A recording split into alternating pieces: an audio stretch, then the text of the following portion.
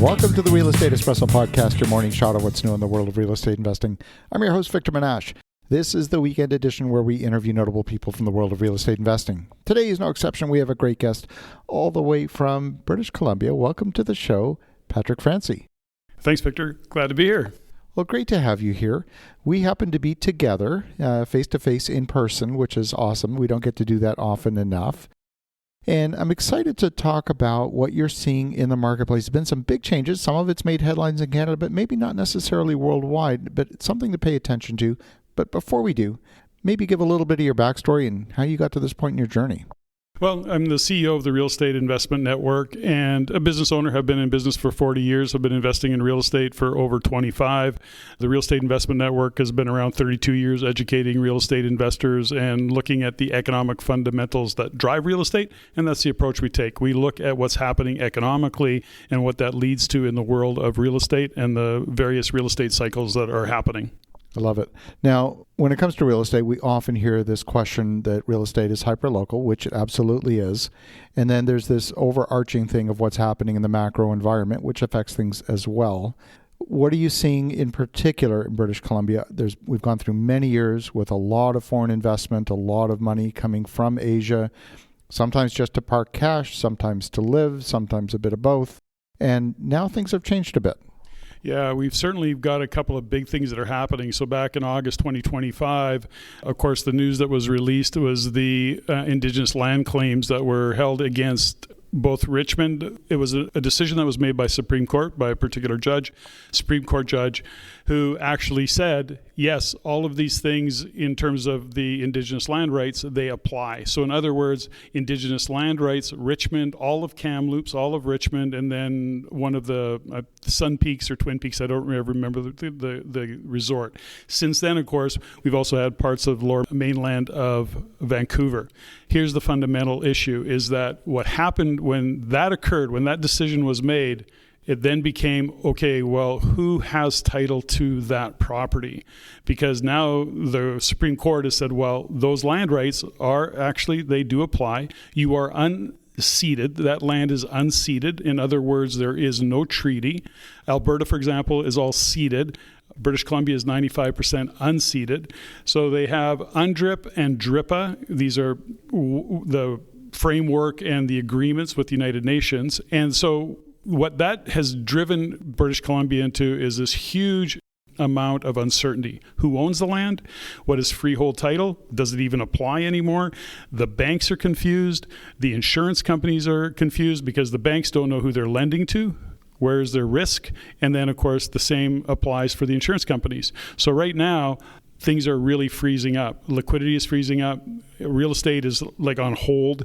Very few transactions are happening, relatively speaking, and many people are telling stories of not being able to refinance. Nobody's really doing transactions in Richmond. How can you sell a property when the buyer doesn't know who really owns the land that they're maybe buying, and the banks don't know who they're lending to? So these are creating huge degrees of uncertainty. Now, I'll go on just a little bit longer with this, Victor, and just add this part. Many are making it about real estate. And while real estate is, in fact, a big issue, when it comes to investment capital coming into British Columbia, when it comes to where money moves or doesn't move, if you're a business owner, if you are an investor into the province, everything's kind of just slowing down. And I think that by the end of 2026, British Columbia is going to be really upside down. I'm very concerned.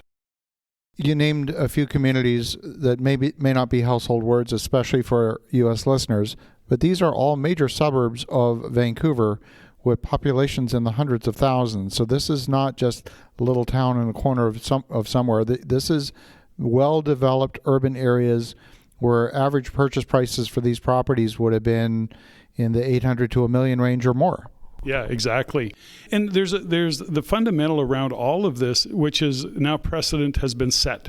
So the Indigenous land claims, although they targeted or they said, okay, Richmond, Kamloops, Sun Peaks, Vancouver, it also, now we've got U.S. Indigenous claims that are actually mineral rights on certain parts of the coast of Vancouver.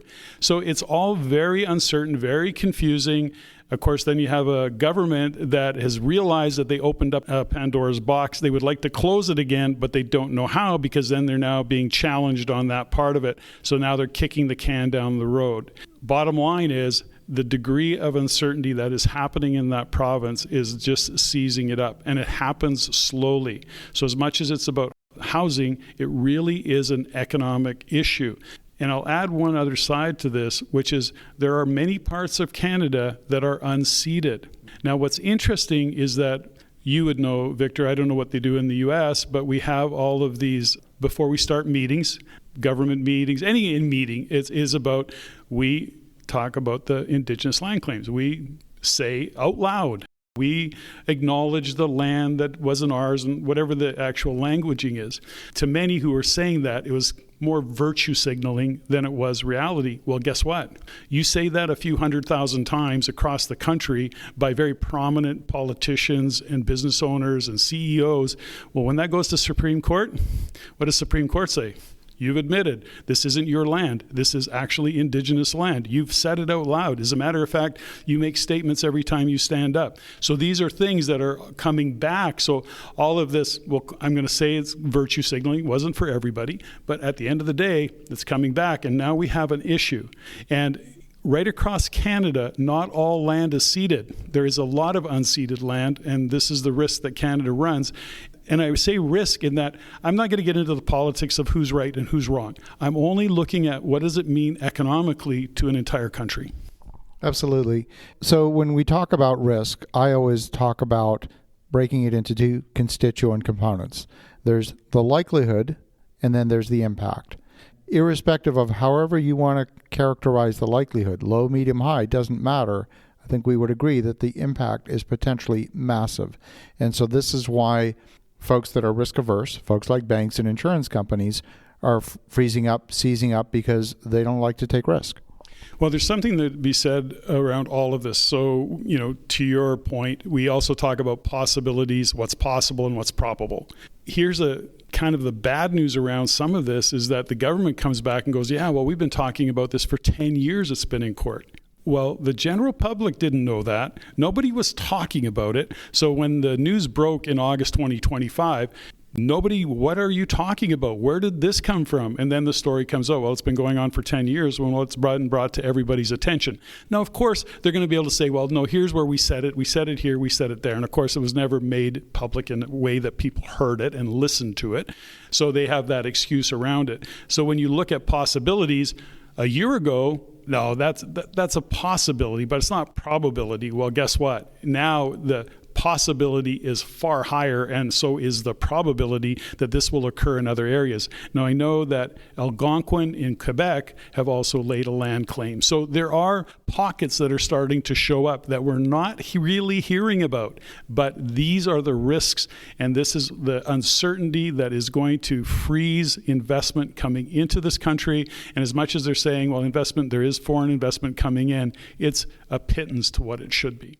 When we talk about clean title to a property, you get your title insurance policy, and that's dealing with the boundary of the property, and maybe there's some imperfections, maybe there's an easement or a servitude, maybe access for the neighbor, maybe access for a utility, and all of these things technically are defects in title. But then so can also these land claims. If you all of a sudden start excavating and you find a native burial site, you're going to face a stop work situation that could end up being a defect in title. And what's happening right now is that where does freehold title sit? I mean, how can you have freehold title on top of another title, another claim to that land? Now, here's the fundamental that I think that we take some of it off that gets a little murky. It's not that the Indigenous tribes or whatever we want to refer, however we refer that to, it's not that they want to take ownership of those homes. But what they do is they then have a claim, for example, on taxes, on property taxes.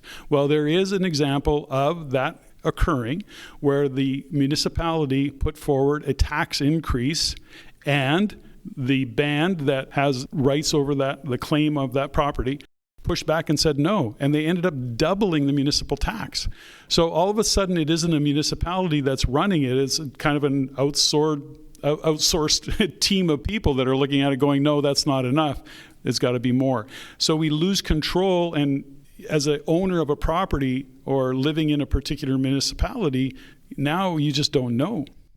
Yeah, it does make it very difficult, and we're not here to talk about good or bad or anything like that. We're just talking about what is. And from an investment standpoint, because our listeners are investors love certainty. It doesn't have to be spectacular, but at least it has to bring certainty. In an uncertain environment, investors tend to freeze up. 100%. And that's exactly what's happening in British Columbia. Again, we look at 95% of British Columbia is unceded. Alberta and much of the rest of the country is ceded. In other words, there are agreements in place, treaties in place. But in British Columbia, that is not the case. And then you've got the current provincial government led by David Eby, which happens to be an NDP government. And so the way they operate and the policies that they have put in place, they're trying to walk this line and it's not working. And they're afraid to step off. They're on the fence. They don't want to make the Indigenous land claims wrong because they're part of the UNDRIP, and they're accepted, and they're not repealing UNDRIP. They're not repealing the program. And again, he's sitting on the fence, which leaves that ambiguity of what do we do. And so that's it. Capital is just not going to come back into the province given the conditions. Yeah, absolutely. Makes sense. Well, Patrick, this is fascinating. Are there any states in the U.S. where you're starting to see any kind of activity that looks or smells like this?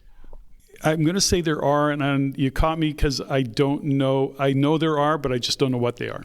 Fair enough. Well, Patrick, if folks want to connect, if they want to learn more, what's the best way? REINcanada.com. Then you can trace me through there, or I have a podcast called The Everyday Millionaire, or on YouTube, we are REIN Edge, and we're talking about this stuff all the time. Love it. Well, Patrick, great to connect as always. And for the listeners at home, you definitely want to connect with Patrick Francey at REIN Canada. All of the links will be in the show notes. And in the meantime, have an awesome rest of your weekend. Go make some great things happen. And we'll talk to you again tomorrow.